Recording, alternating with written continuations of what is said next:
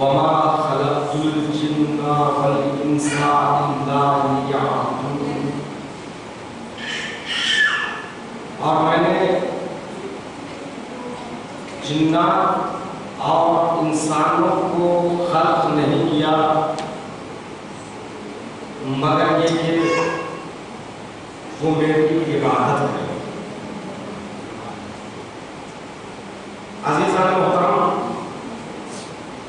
عربی ادب اور عربی کا قاعدہ ہے جب نفی کے بعد استثناء کے ذریعے کسی بات کو رکھی جاتی ہے تو وہ علامت حصر ہے، یعنی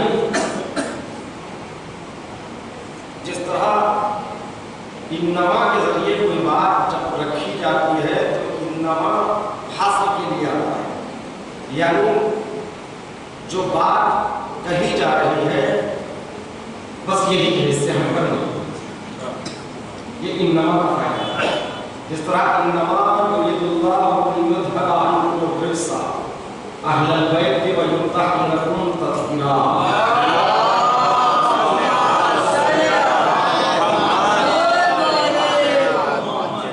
تو یہاں پر اللہ کا ارادہ صرف اور صرف اہل بیت کے لیے،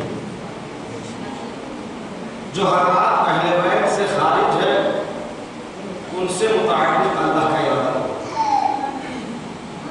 جس طرح انما حاصل کے لیے آتا ہے اسی طرح عربی میں جب کسی بات کو نفی کے بعد اللہ کے ذریعے اس کو پیش کی جاتی ہے تو یہاں پر بھی معنی حصر،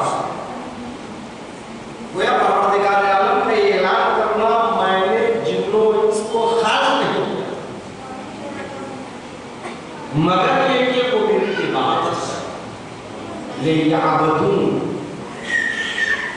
یعنی یہ لفظوں میں بدل کر یوں کہوں میں یہاں پر نہیں آیا مگر مجلس پڑھنے کے بعد۔ اس کا مطلب یہ ہے کہ میرے ذمہ 10 کام تھے، ان 10 کاموں میں ایک کام مجلس پڑھنا بھی ہے، ایسا نہیں ہے۔ اگر میں یہ کہوں میں بھوپال آیا مجلس پڑھنے کے لیے تو اس میں وہ تاکید نہیں، یعنی بھوپال آیا ہوں اور بھی بہت سے کام ہیں، ان کاموں کے علاوہ ایک کام یہ بھی ہے کہ مجھے یہاں پر مجلس پڑھنا، مگر جب میں یہ کہہ دوں میں بھوپال نہیں آیا مگر یہ مجلس پڑھوں تو اس کا مطلب یہ کہ میرے آنے کا مقصد صرف اور صرف مجلس پڑھنا، اس کے علاوہ کسی اور مقصد کے تحت میں بھوپال نہیں آیا۔ جہاں نفی کے بعد انکار کے بعد اللہ کے ذریعے کوئی بات پیش کی جاتی ہے تو وہ اس بات کی دلیل ہے کہ صرف اور صرف اسی کام کے لیے پروردگار عالم اعلان کر رہا ہے میں نے جنوں انس کو خلق نہیں کیا مگر یہ کہ وہ میری عبادت ہے۔ تو پتہ چلا انسانوں کو پیدا کرنے اور خلق کرنے کا ہدف صرف اور صرف اللہ کی عبادت ہے۔ تو انسانوں کے لیے پروردگار عالم نے عبادت کو معیار قرار دیا۔ سوال یہ ہے کہ کائنات کے ہر شے کو اس نے پیدا کیا، یہ زمین، یہ آسمان، یہ زمین اور آسمان میں بسنے والی چیزیں، یہ وحوش، یہ طیور خوش الحان اور اسی طرح یہ جانور، یہ تمام چیزیں، ان تمام چیزوں کے لیے کبھی پروردگار عالم نے یہ نہیں کہا کہ ان کو میں نے خلق کیا اپنی عبادت کے لیے، جبکہ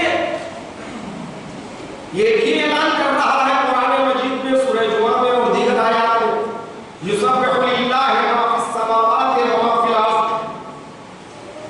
جو کچھ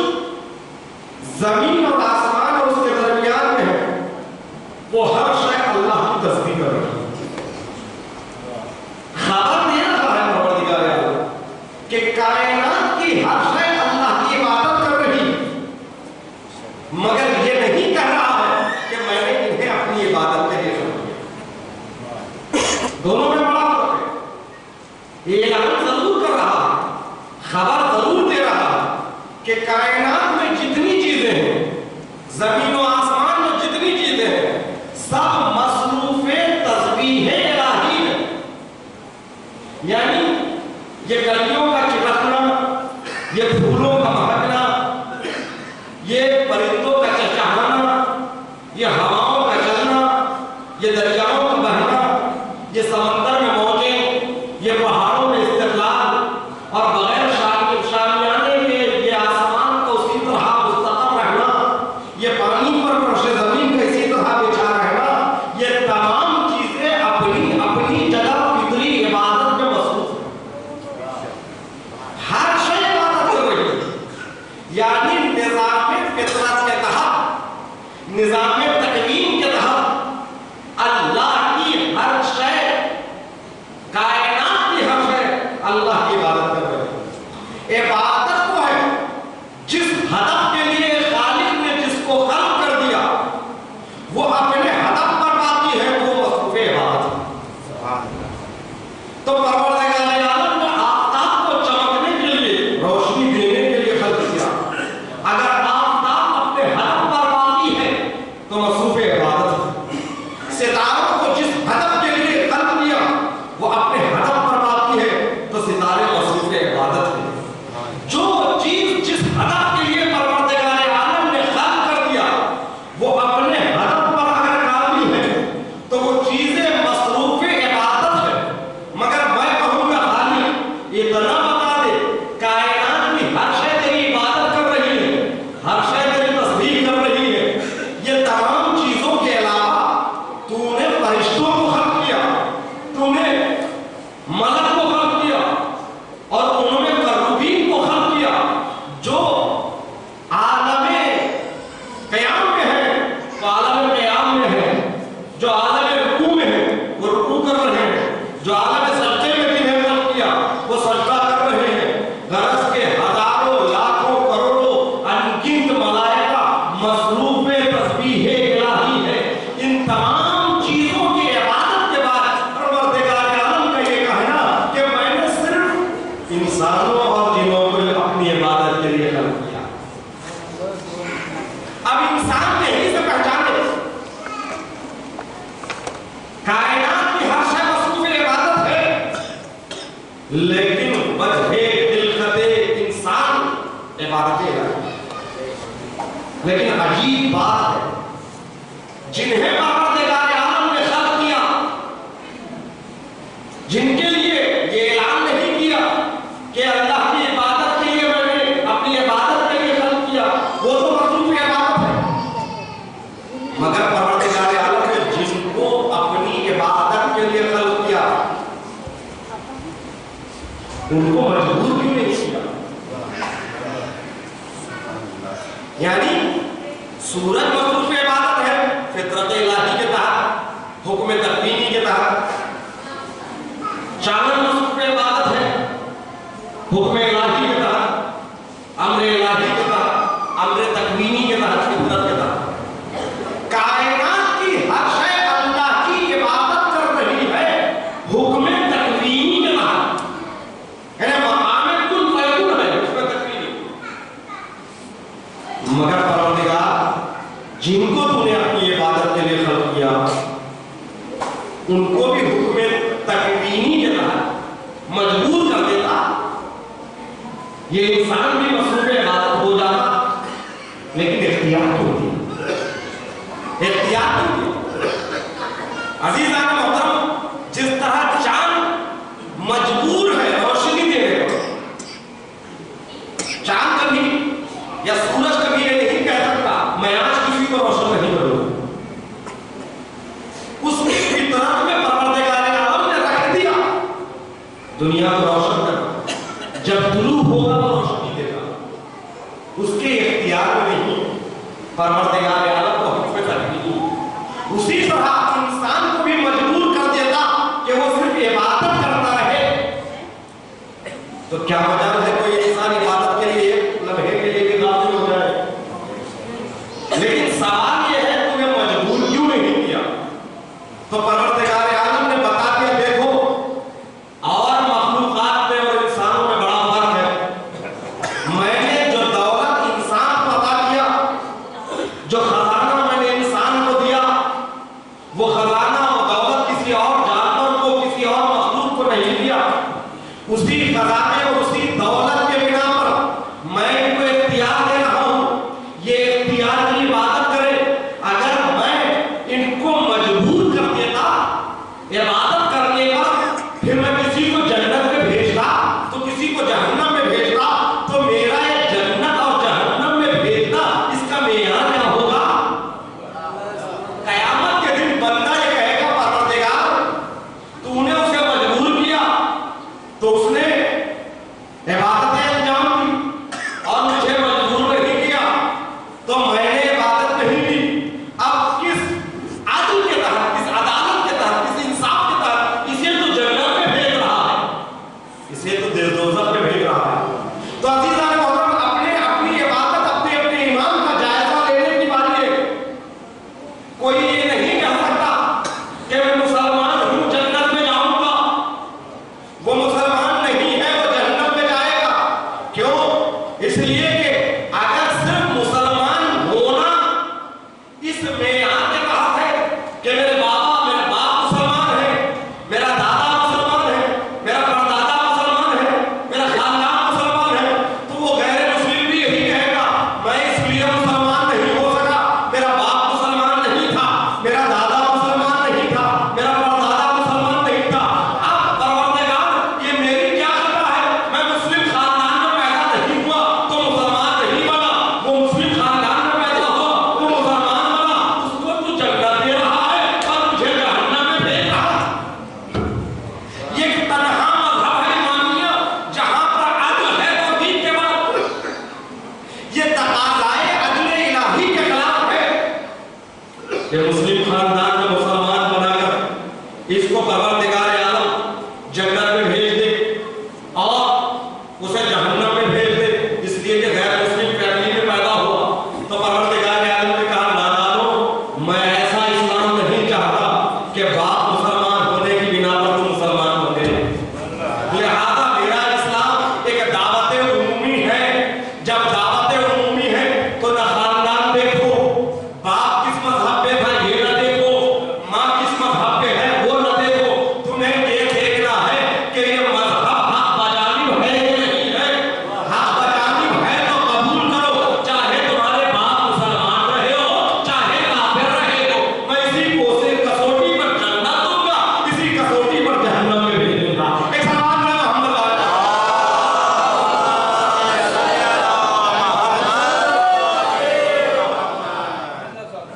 معیار یہی ہے جنت و جہنم کا. تو لہذا پروردگار عالم نے انسانوں کے لیے یہ کہہ دیا کہ زبردستی کی عبادت تم سے نہیں چاہوں گا. یعنی میں تم کو مجبور محض نہیں کہوں گا، تم مجبور بن کر عبادت کرو. تم مجبوری کی عبادت نہیں. جس طرح بسا اوقات ہم نے دیکھا بعض لوگ بڑے کنجوس ہوتے ہیں. انسان کے جیب میں پیسہ ہوتا ہے، فقیر گڑگڑاتا ہے مگر جیب تک ہاتھ نہیں کرتا. عزیزان محترم، کار خیر کرنے کے لیے توفیق چاہیے. انسان اپنے گھر میں بچے کی چھوٹی چھوٹی خواہش پر ہزاروں روپیہ خرچ کر دیتا ہے. بچے نے یہ خواہش کی، نکالا پیسے دے دیا. بچے نے وہ خواہش دے دیا. جتنا مانگتا ہے بچہ اس سے زیادہ باپ دے دیتا ہے. لیکن جب کار خیر کی بات آتی ہے تو حساب سے تھوڑا بھی زیادہ نہ ہوتا ہے. یوں تو لٹا دیتا ہے بغیر کچھ، لیکن فطرے کے مسائل میں کہیں ایسا نہ ہو کہ فطرہ 112 روپے آٹھانے ہوا اتنا ہی ادا کرنے کی کوشش کرو. 112 روپے آٹھانے کی جگہ 150 دے دیتے. بھائی زیادہ دینے پر کوئی پابندی نہیں، اس سے کم نہ ہو. آپ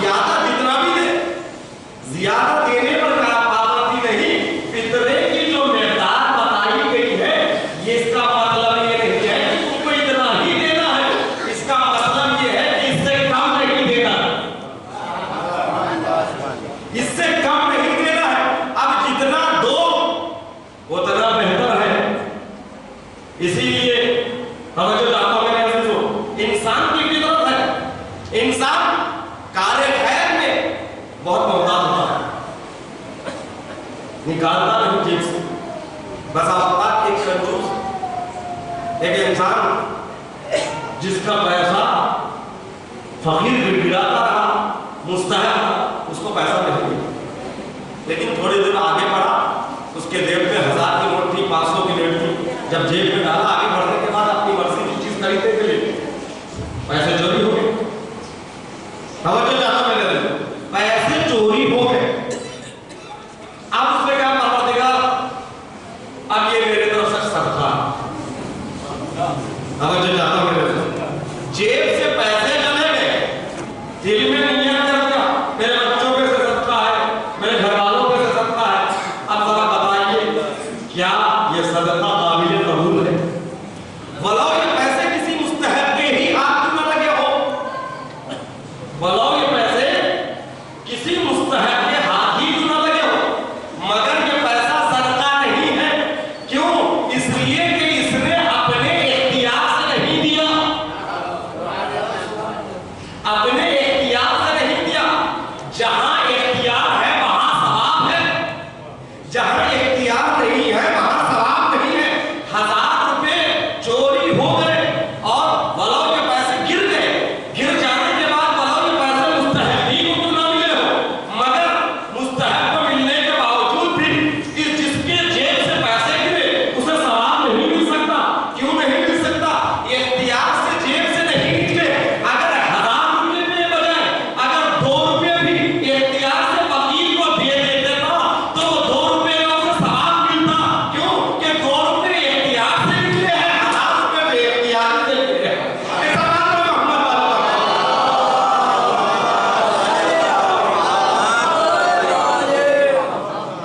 لہذا وہ عبادت قابل قبول ہے جو انسان اختیار سے کرے.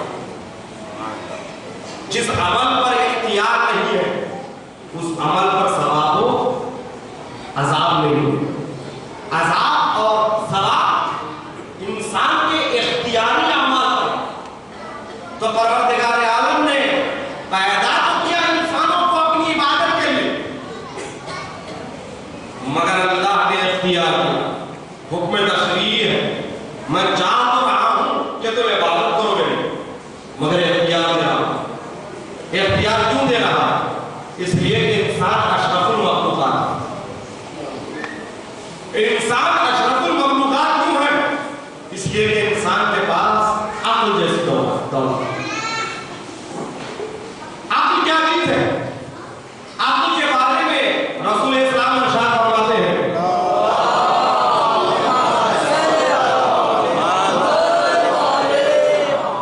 العقل یعطی بہ الرحمن ویکتسب بہ الجنان.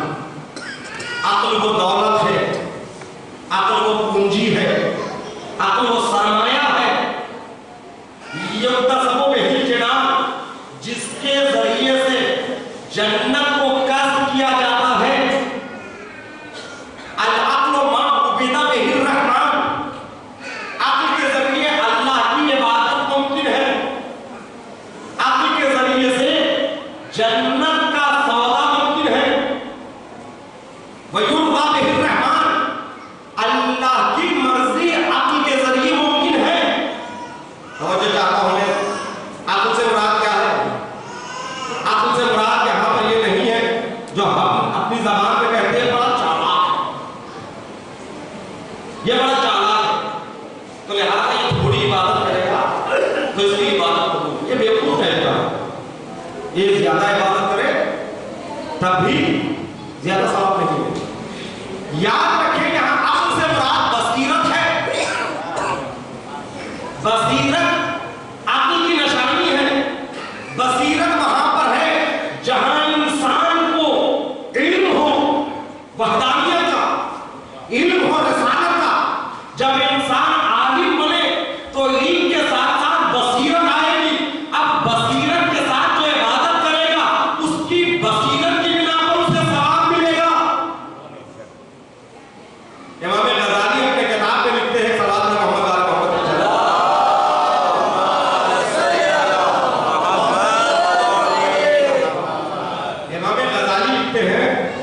اپنی کتاب میں ایک مرتبہ اصحاب رسول کا قافلہ ایک جگہ سے گزر رہا تھا۔ اصحاب رسول نے دیکھا کہ ایک شخص ہے کثرت سے عبادت کر رہا ہے،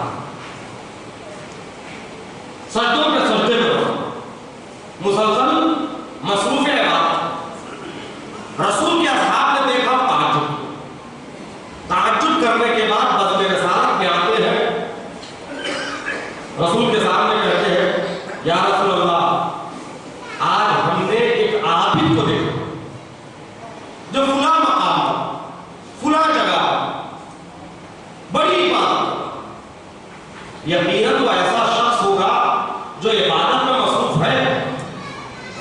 اگر وہ ایسا شخص ہوگا جسے رسول پہچانتے یعنی رسول کے پد میں اس کا آنا جانا ہوتا تو اصحاب نام لے کر کہتے، لیکن اصحاب نے بتایا کہ ایک شخص تھا بہت کثرت سے عبادت کر رہا ہے، تو رسول نے یہ نہیں کہا مرحبا، رسول نے یہ نہیں فرمایا ماشاءاللہ، رسول نے فرمایا کیف عقلہ، تم اس کی عبادت دیکھ رہے ہو مگر رسول پوچھو اس کی آنکھوں کیسی ہے، اس میں علم ہے کہ نہیں، اس میں بصیرت نہیں، بصیرت ہے کہ نہیں۔ ایک مرتبہ اصحاب ائمہ اصحاب رسول متحیر ہو کر حیرت زدہ ہو کر رسول سے سوال فرماتے ہیں یا رسول اللہ یہ تو بتائیے ہم تو اس کی عبادت کا ذکر کر رہے ہیں، آپ پوچھ رہے ہیں اس کی بصیرت کیسی ہے، اس کی عقل کیسی ہے۔ رسول نے فرمایا انظروا الی عقلہ، تم لوگ اس کی عبادت کو مت دیکھو، انظروا الی عقلہ، اس کی بصیرت کو دیکھو، اس کی عقل کو دیکھو۔ کیوں؟ انما یجازی بہ العقل، اس لیے کہ اس کو جزا جو ملے گی وہ اس کے عقل اور بصیرت کے مطابق ملے گی۔ توجہ میں آتا ہوں میرے عزیزو، کثرت عبادت کو نہ دیکھو، کیفیت عقل کو دیکھو، یہ نہ دیکھو درے پنجتن سے کچھ روٹیاں جا رہی ہے، یہ دیکھو دینے والے کلے عقل ہے، تبھی تو روٹیاں جا رہی ہے تو سورج کا ہلکا نزول ہو رہا ہے۔ ایک سلام کرو محمد والا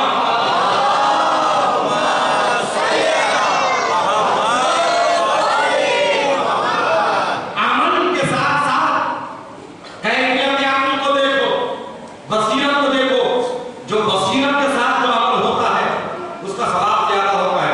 اسی لیے کہا عالم کی ایک ساعت کا تفکر وہ عابد کے 70 سال کی عبادت سے بہتر ہے۔ افضل من عبادت 70 سنہ، عابد 70 سال عبادت کرے، صرف عابد ہے جاہل عالم نہیں، مگر عالم بابصیرت 1 گھنٹہ خلق خدا سے متعلق اللہ کے بارے میں اگر وہ غور و فکر کرے گا تو اس کی 1 ساعت، اب ساعت سے مراد کون سی ساعت ہے یہ بھی ایک موضوع بحث ہے، 1 ساعت 1 گھنٹہ وہ غور و فکر کرے گا تو 70 سال کی عبادت سے بہتر۔ تو عزیزان محترم، دنیا کو تعجب کیوں ہو رہا ہے؟ اس حدیث کو سب نے مان لیا،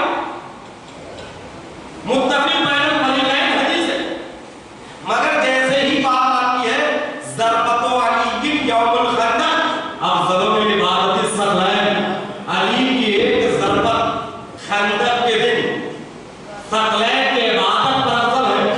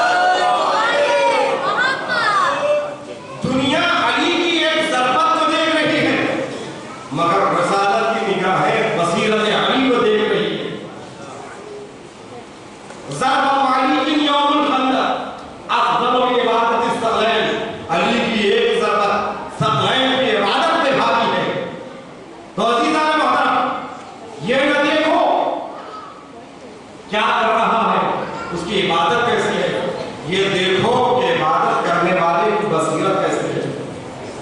اسی لیے العقل یرضا بہ الرحمن ویقتسم بہ الجنان، عقل وہ دولت ہے، وہ پونجی ہے جس کے ذریعے سے اکتساب جنت ہوگی۔ یعنی مطلب انسان صرف عبادت کے ذریعے جنت کو نہیں خرید سکتا، عبادت کے ساتھ بصیرت معرفت ہو۔ توجہ چاہتا ہوں میرے عزیز، اگر بصیرت معرفت ہے تو انسان عقل کے ذریعے سے جنت کو خرید سکتا ہے۔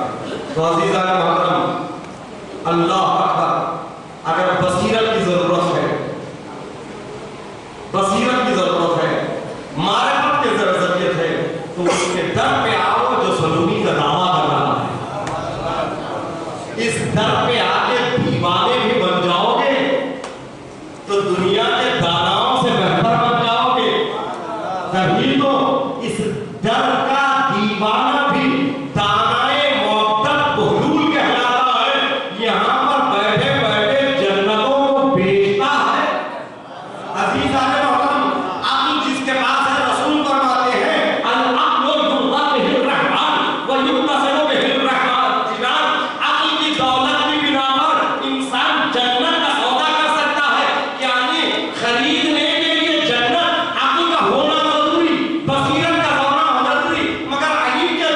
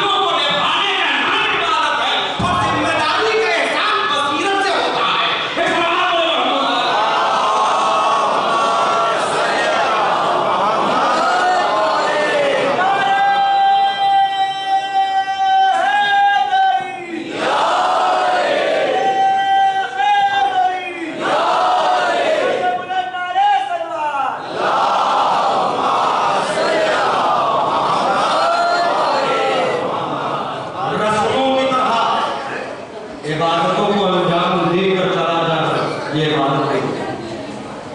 اگر رسموں ہی کی طرح عبادت ہمیں کرنا ہوتا تو پروردگار عالم جس طرح اور مخلوقات کو اپنی عبادت کے لیے امر تکوینی کی طرح مجبور کر دیا، وہ ایک لمحے کے لیے بھی عبادت الہی سے ہٹ نہیں سکتے تو ہمیں بھی مجبور کر دیتا۔ یعنی درختوں کی عبادت کیا ہے؟ درختوں کی عبادت ہے اپنی ذمہ داری کی بات۔ ان کی ذمہ داری کیا ہے؟ ان کو مناسب غذا ملے، پانی ملے تو بلند ہو، ان کی فطرت پہ اگر پھل دینا ہے تو پھل دے، ان کی فطرت پہ پھول دینا ہے تو پھول دے۔ تو ذمہ داری درخت اپنا جو نبھا رہے ہیں اپنے اختیار سے نہیں، امر تکوینی کی طرح۔ تو اگر ہمارا نماز پڑھنا، روزہ رکھنا اسی طرح ایک کام کو انجام دینا ہے تو ہمارے عقل کی ضرورت کیا ہے؟ پروردگار عالم نے عقل ہمیں عطا کر کے بتا دیا تمہاری عبادت اور مخلوقوں سے جدا ہے۔ اگر تمہاری عبادت اور مخلوقوں سے جدا نہ ہوتی تو میں تمہیں دولت عقل نہ دیتا، عقل کی دولت دے کر تمہیں تمام مخلوقات سے جدا کر دیا، تمہیں مميز بنایا، تمہیں بلند بنایا۔ ورنہ ایسا نہیں ہے کہ ہمیں فضیلت اس لیے ملی ہے کہ انسانوں کے پاس علم ہے، علم تو جانوروں کے پاس بھی ہے۔ ایسا نہ سمجھنا کہ علم ہمارے پاس ہے، جانوروں کے پاس علم بھی ہے۔ ڈسکوری دیکھیے، جانوروں کا علم پتا چلتا، آپ کو ہمیں پتا نہیں چلتا بارش کب ہونے والی، جانوروں کو ہم سے پہلے علم ہو جاتا ہے بارش کب ہونے والا ہے، پانی کب برسنے والا ہے، بارش کا پتہ ہم سے پہلے، یعنی علم ہمارا ان سے آگے ہے کہ نہیں؟ عزیزان محترم، ہم اپنے گھر بنا رہے ہیں، یہ بھی نہ سمجھو کہ علم ان کے پاس ہے، ہمارے پاس ان کے پاس نہیں۔ ایسے ایسے جانوروں کا انکشاف ہوا ہے ابھی، یقیناً یہاں پر جوان بیٹھے ہوئے ہیں، وہ ان سے بہتر جانتے ہیں حیات الحیوان سے متعلق۔ سمندر میں ایسی مچھلیوں کے وجود کے متعلق ڈسکوری نے اعلان کیا ہے کہ ایک مچھلی ہوتی ہے سمندر میں، وہ مچھلی جب اس کو تخم ریزی کرنا ہوتا ہے یعنی انڈے دینا ہوتا ہے تو اپنی جگہ سے کئی کلو، ہزاروں کلومیٹر جاتی ہے۔ جانے کے بعد اس کا پیٹ چاک ہوتا ہے جس سے انڈے باہر آتے ہیں، اور انڈوں کا باہر آنا اس مچھلی کی موت کا سبب بنتا ہے، یعنی اولاد دے کر دنیا کو خود مر جاتا ہے۔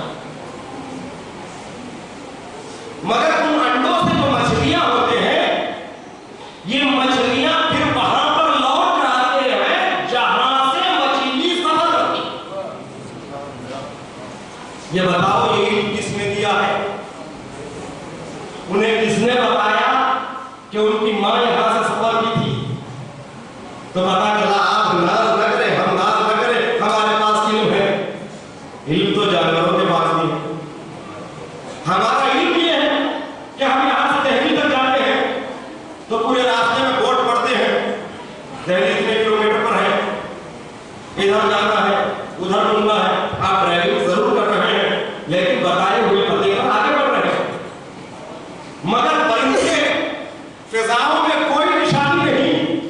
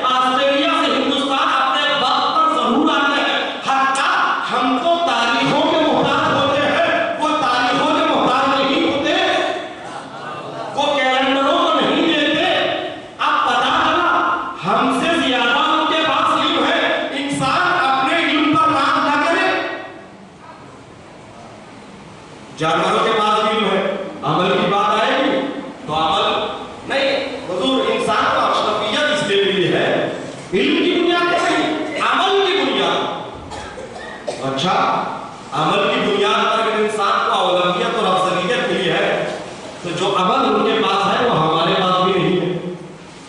دیکھیے شہد کی مکھیوں میں دیکھیے شہد کی مکھیاں جو اپنا جتھا جو اپنا گھر بناتی ہے مسدس شکل کا مکان اس میں مساوی دائرے ہوتے ہیں کھانوں میں کوئی نمی نہیں ہوتی سب نہ رہنے کی جگہ الگ مادہ رہنے کے لیے الگ. یہ جو مکان بنتا ہے آج کا انجینئر ایسا مکان نہیں بنا سکتا. توجہ جاؤ عمل ان کے پاس بھی ہے.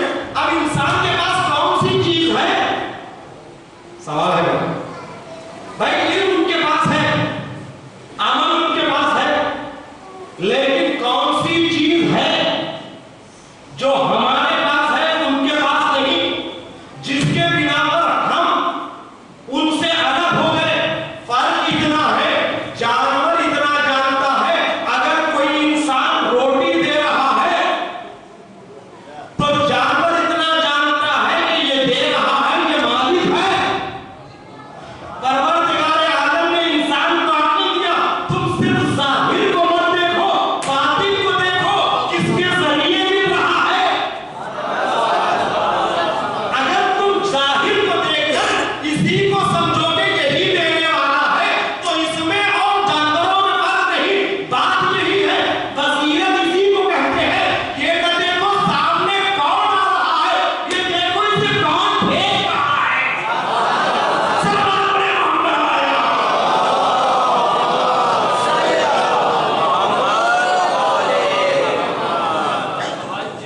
یہ مت دیکھو سامنے کون آ رہا ہے یہ دیکھو کون بھیج رہا ہے. بسا اوقات جو ہمارے مقابل میں آتا ہے وہ ہمارا دشمن نہیں ہوتا. آج ہو یہی رہا ہے. ہم میں انسانیت کی صفت نہیں ہے ہم میں بصیرت نہیں ہے ہماری عقل میں کیفیت نہیں ہے. ہم جانوروں کی طرح سوچنے لگے ہیں. جانور جس سے روٹی ملتا ہے اس کو مالک سمجھتا ہے. اسی طرح جو سامنے آتا ہے اسی کو ہم دشمن سمجھتے ہیں. عزیزان محترم دشمن کو پہچانو یہ بصیرت کی دلیل ہے. دشمن کون ہے اس لیے کہ رسول اسلام کی حدیث ہے افضل الناس بہترین اور افضل ترین انسان وہ ہے. ایک سلام پڑھو ہمارا محمد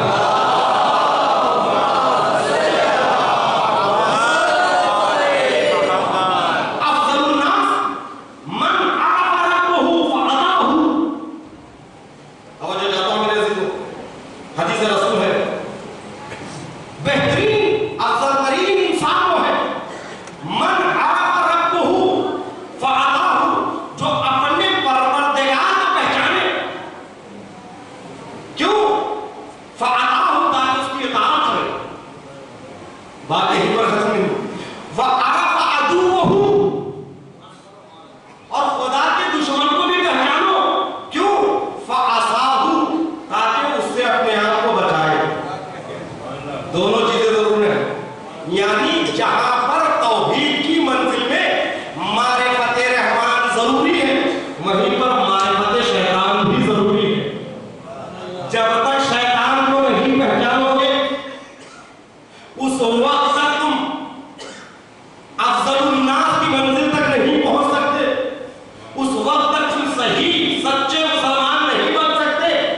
پروردگار عالم نے اپنی عبادت کو بلایا کعبے تک.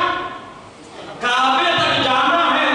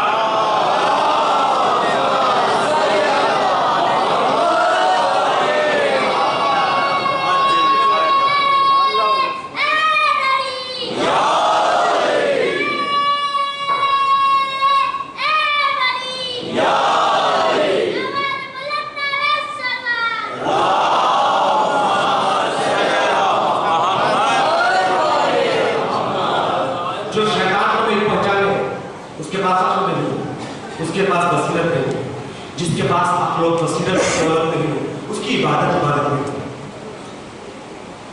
توجہ چاہتا ہوں میرے دل، بصیرت ضروری ہے، اسی بصیرت کی بنا پر آپ جدا ہوئے ہیں۔ میں نے کہا نا، جو سامنے آئے اس کو دشمن نہ سمجھو، جو دے رہا ہے اس کو مالک نہ سمجھو۔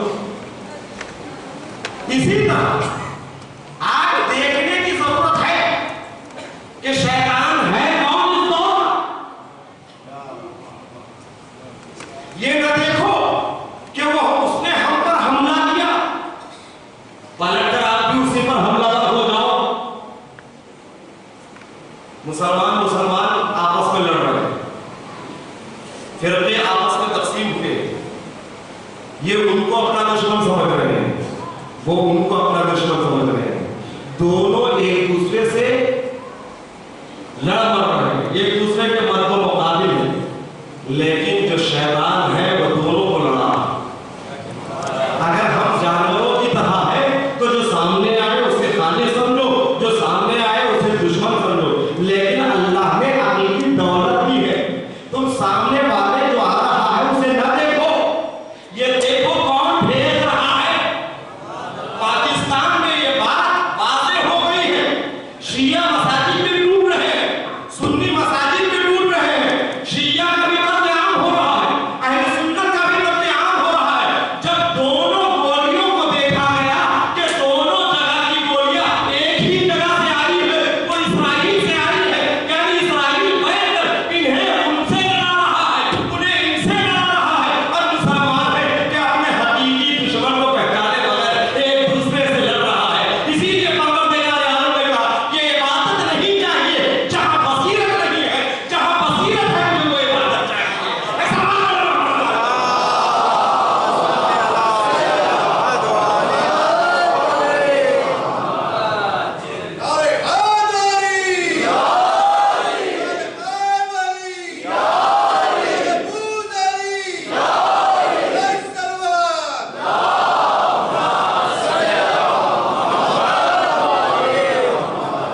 عزیزان محترم، یہی ہمارا درس ہے۔ یہ مجلسوں سے ہمیں شعور کو بلند کرنے کی ضرورت ہے، جوانوں میں شعور پیدا کرنے کی ضرورت ہے۔ بہت سے حقائق ہوتے ہیں، انہیں سمجھنے اور پڑھنے کے لیے مخصوص جگہ ہوتی ہے۔ میں نے گزشتہ خمسے میں کہا تھا، بہت سی معرفت کی چیزیں ایسی تھی جس کو ائمہ نے ہمیں نہیں بتایا، جناب سلمان کو بتایا۔ کیوں؟ اس لیے کہ جناب سلمان کے پاس وہ قابلیت تھی، وہ بصیرت تھی، جنہیں وہی ہضم کر سکتے تھے، ہم نہیں ہضم کر سکتے، ہمیں بتایا تو۔ یعنی ہر بات کو ہر جگہ نہیں بیان کیا جا سکتا، ضرورت ہے دشمن کو پہچانا۔ جس نے اپنے وقت کو دشمن کو نہیں پہچانا اس میں بصیرت نہیں۔ بصیرت کے ساتھ عبادت چاہیے، پروردگار کیفیت عقل کے ساتھ عبادت چاہیے۔ آج عبادت اگر نماز پڑھ رہے ہیں وقت کے دشمن کو نہ پہچان کر پڑھ رہے ہیں تو اس عبادت میں وہ کیفیت نہیں، وہ ثواب نہیں۔ آج دنیا میں جو مسلمان سے لڑ رہا ہے، جن کو لڑانا ہے وہ لڑا رہے ہیں، ہمیں سمجھنے کی ضرورت ہے۔ ہم سب اپنے مشترک ہدف کے تحت یہ رکنے کی ضرورت ہے۔ عزیزان محترم، چاہے اسرائیل ہو، چاہے امریکہ ہو، چاہے اور یہ خود آپس میں ایک دوسرے کی دشمن ہے۔ کیا آپ یہ سمجھتے ہیں کہ یہ عقائد ہے، ان کے اعمال ہے، تعلیم اٹھا کر پڑھیے، یہ سب سے بڑے ایک دوسرے کے دشمن ہے۔ لیکن ہزار اختلافات کے باوجود یہ ہمارے مقابل میں ایک، جب ہمارے مقابل میں یہ ایک ہو چکے تو ہم مشترکات پر تکیہ دیتے ہوئے ہمارا لائق توحید میں ہمارا کوئی اختلاف نہیں، 73 نبوت پر بھی کوئی اختلاف نہیں، 1,24,000 کا ہمارا کوئی، قیامت کے عقیدے پر کوئی اختلاف نہیں، مشترکات پر یعنی جو مشترکات ہے اس پر تکیہ دیتے ہوئے ہم اپنے اندر اتحاد کی دولت پیدا کریں۔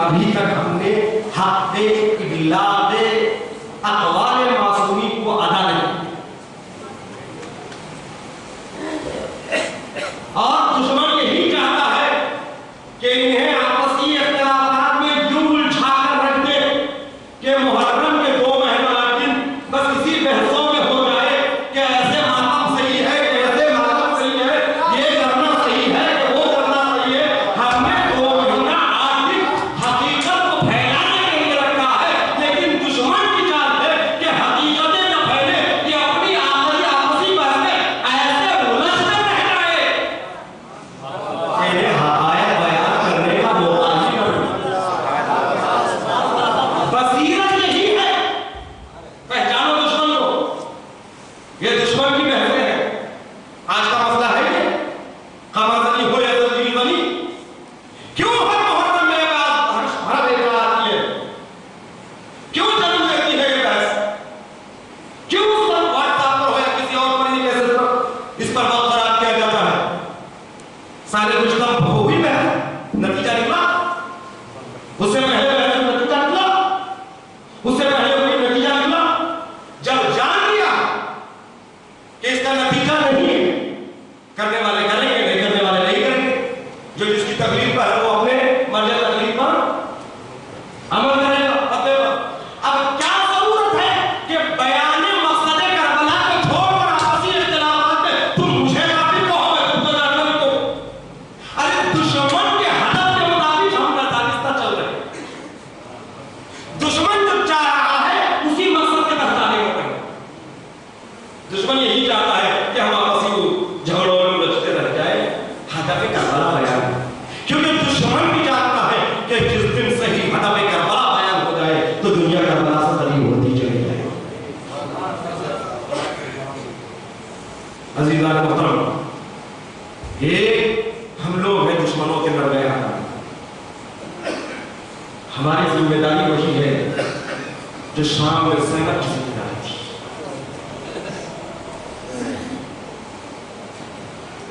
جو شام میں زینب کی ذمہ داری وہ ہماری ذمہ داری۔ عزاداروں، آج رونے کے لیے اتنا کافی ہے کہ آج سفر کی پہلی تاریخ، جانتے ہیں سفر کی پہلی تاریخ کیا ہے؟ مشہور ہے ہمارے یہاں، آج داخلہ اہل ہم کی تاریخ ہے۔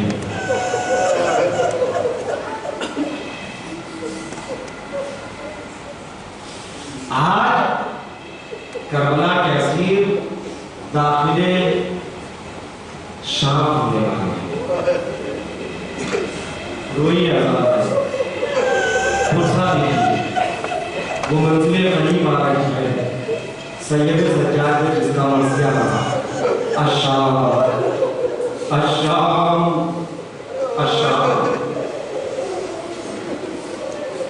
کسی نے سید سجاد سے پوچھا، آقا کب تک روئیں گے؟ آقا شہادت تو آپ کی میراث ہے۔ امام نے پلٹ کر نہار سے کہا، نہار کو انصاف نہیں کیا، صحیح ہے کہ شہادت ہماری میراث ہے، کیا ماں بہنوں کو بلوائے رام میں کھلے سر دیکھنا کیا یہ بھی ہماری میراث ہے؟ عزاداروں، عجب منظر شام کا، کربلا سے لے کر شام تک اہل بیت کا گزر کئی شہر اور کئی دیہاتوں سے ہوا ہے، مگر تاریخی اعتبار سے 2 شہر بہت مشہور ہیں، یہ کوفہ اور دمشق۔ زینب